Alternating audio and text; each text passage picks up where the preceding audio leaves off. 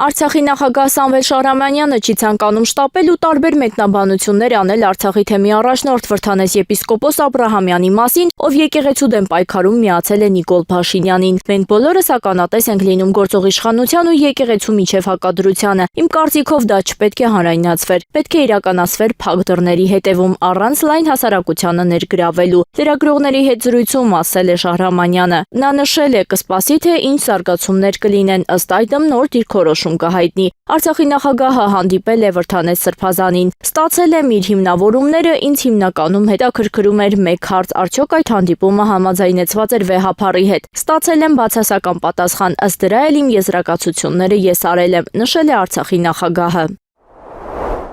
Հայաստանի կրթության, գիտության, մշակույթի և սպորտի նախարար Ժաննա Անդրեասյանի հրամանով սահմանվել են 2025-ից 2026 թվականների ուսումնական տարվա ընթացքում հանրակրթական հիմնական պետական ծրագրեր իրականացնող ուսումնական հաստատություններում սովորողների ուսումնական պարապմունքների տևողությունը և արձակուրդների ժամկետները։ Ըստ այդմ առաջին դասարանցիներն արձակուրդ կմեկնեն 2025 թվականի դեկտեմբերի 22-ից 2026 թվականի հունվարի 16-ը ներառյալ 5 օրյա, 2025 թվականի դեկտեմբերի 22-ից 2026 թվականի հունվարի 17-ը ներառյալ 6-օրյա աշխատանքային շաբաթվա դեպքում, երկրորդ դասարան 2025 թվականի դեկտեմբերի 22-ից 2026 թվականի հունվարի 16-ը ներառյալ 5 օրյա, 2025 թվականի դեկտեմբերի 22-ից 2026 թվականի հունվարի 17-ը ներառյալ 6-օրյա աշխատանքային շաբաթվա դեպքում։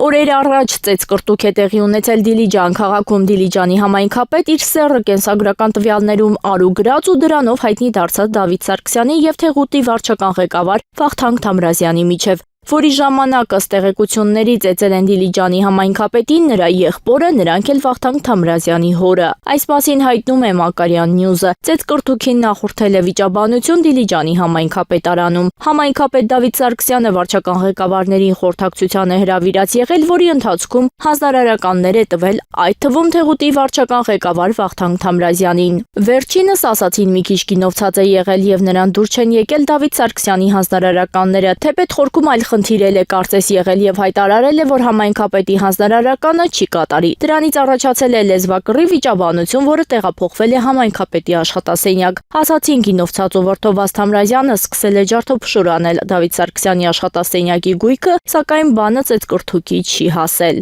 Օրեր անց Դավիթ Սարգսյանը իր եղբոր ու մի քանի կողմնակիցների հետ միջնորդի միջոցով Վախթանգ Թամրազյանին հրավիրել է Դիլիջանում գտնվող Սպոյի մոտ կոչվող օբյեկտ, իբրև թե հաշ տվելու։ Վախթանգը հանդիպման է գնացել հոր հետ, սակայն կողմերի միջև խոսակցությունը հարթ ընթացք չի ստացել և սկսվել է վիճաբանություն ու ծեծկռտուք, նշված է Մակարյան Նյուզ տելեգրամյան ալիքում։